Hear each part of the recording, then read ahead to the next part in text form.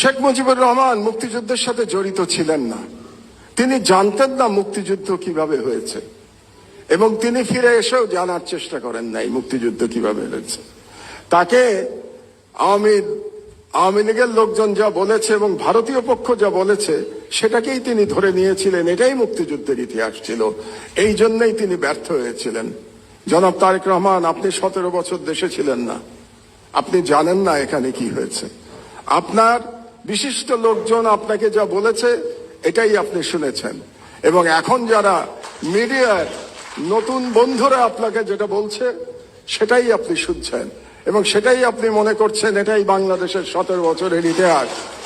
বাংলাদেশের 17 বছরের ইতিহাস এটা না।